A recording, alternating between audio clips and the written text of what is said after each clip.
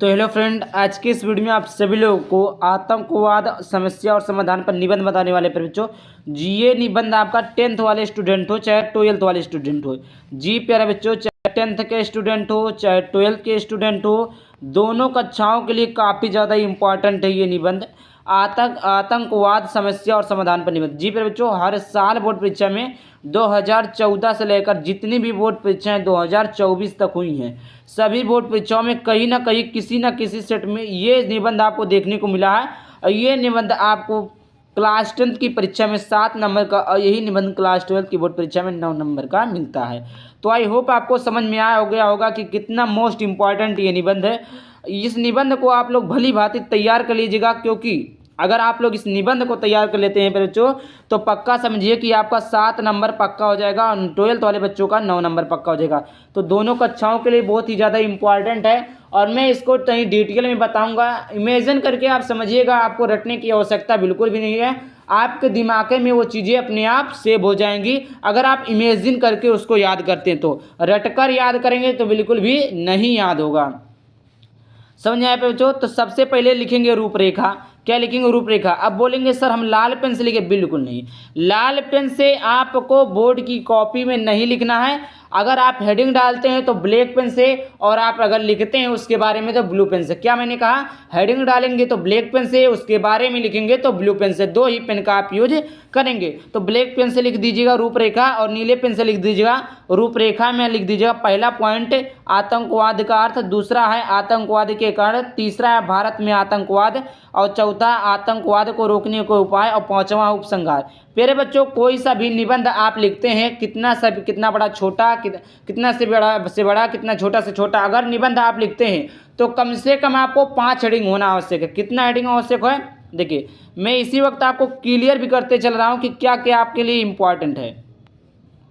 समझ में आया? कितने निबंध इंपॉर्टेंट है? 5, सॉरी हाँ 5 पॉइंट आपको लिखना आवश्यक है। कितने पॉइंट लिखना आवश्यक है बच्चों? 5 पॉइंट आपको किसी भी निबंध में लिख देना है, चाहे जो भी निबंध हो।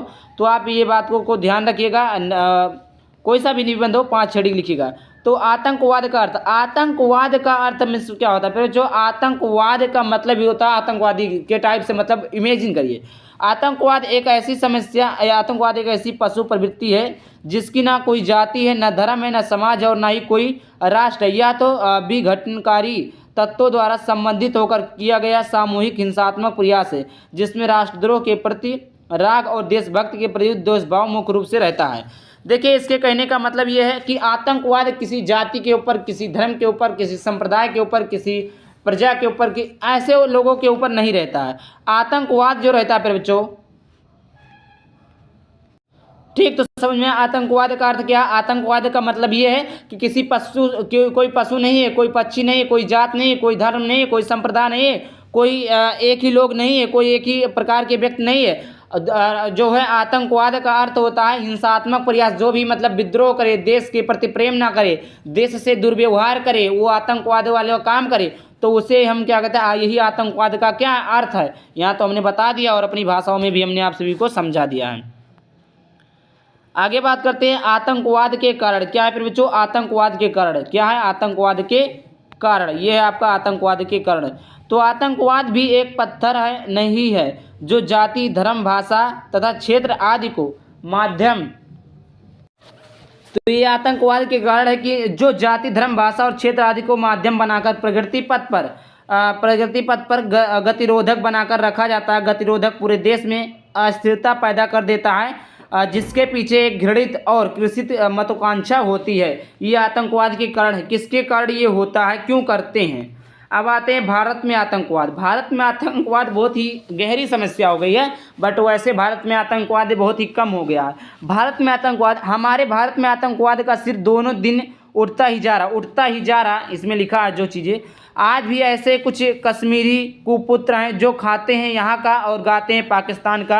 अपनी माँ को दूसरे के हाथों सौंपने की बात करने वाले कुपुत्रों को कश्मीर कभी माफ़ नहीं कर सकता। असम आज भी बोडो आंदोलन की आग में झुलस रहा, आतंकवाद की लगी आग में वर्षों से जल रहे हैं।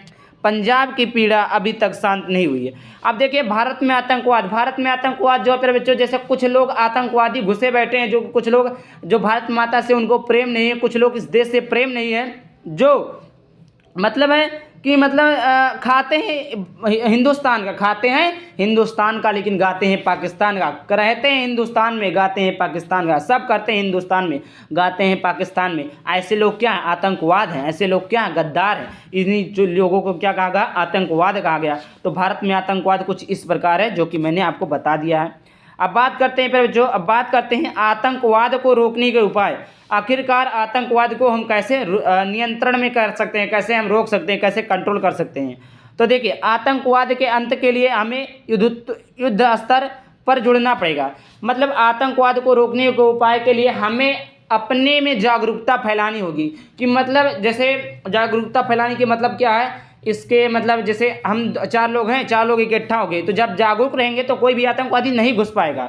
तो ये चीज़ लिखा, हमें अपने स्तर प्रयास करना चाहिए, लड़ना चाहिए आतंकवादियों से, देशद्रोहियों से जुड़ना पड़ेगा। आतंकवाद के आश्रयदाता पर भी देशद्रोह का आरोप लगाकर कड़ी सजा दी जानी चाहिए। जो भी मतलब ऐसा लगे कि ये आतंकवाद है, देशद्रोह है, उनके ऊपर कड़ी से कड़ी सजा लगाई जाए, कड़ी से कड़ी चीज़ों को किया जाए, ताकि ये कभी भी मतलब ऐसा गलत कदम ना उठा सके।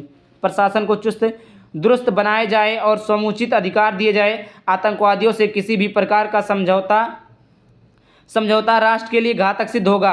अंतर्राष्ट्रीय स्तर पर आतंकवाद को बढ़ावा देने वाले राष्ट्रों को आरोप लगाकर उनके विरुद्ध कदम उठाया जाए। ये आपका क्या है? आतंकवाद को रोकने के उपाय हैं। क्या है बच्चों? आतंकवाद को रोकने के उपाय हैं। आगे बात कर लेते हैं। आगे है उपसंहार। क्या है बच्चों? उपसंहार। आतंकवाद रोकने के लिए प्रत्येक भारतीय को शांतिमय रहना चाहिए। मतलब शांतिमय तरीके से काम करके उनका निपटारा करे। अहिंसा के पथ पर चलना चाहिए। अहिंसा मतलब हिंसा नहीं कि लोगों से लड़ाई करके, झगड़ा करके, इस तरह नहीं। अहिंसा, सत्य के मार्ग पर, सही के राह पर चलकर और जो आतंकवादियों का सफाया करना चाहिए, आतंकवादियों के खिलाफ चलना चाहिए। भारत के जन जन का यह नैतिक कर्तव्य है, हर एक लोगों का कर्तव्य है, हर एक मानव का कर्तव्य है, हर एक व्यक्ति का कर्तव्य है कि वो आतंकवाद के विरुद्ध आवाज़ उठाए। ऐसा नहीं है खाली पुलिस ही उठाए, ऐसा नहीं है कि केवल आर्मी उठाए, ऐसा नहीं है कि केवल मोदी उठाए, नहीं। प्रत्येक व्यक्ति को, प्रत्येक नागरिक को, प्रत्येक प्रशासन को, प्रत्येक लोगों को आतंकवाद के खिलाफ आवाज़ उठानी चाहिए। प्रशासन का पूरा समय आतंकवाद से निपटने में लग जाता है, अतः प्रशासन के साथ साथ लोगों को भी सुधार करना चाहिए। ये था आपका प्यारे बच्चों आतंकवाद पर निबंध। आई होप वीडियो पसंद है। वीडियो को लाइक करके चैनल को सब्सक्राइब कर देना। चलिए मिलता है किसी नए टॉपिक के साथ, तब तक के लिए बाय बाय। Thank you. जय हिंद, जय भारत, वंदे मातरम।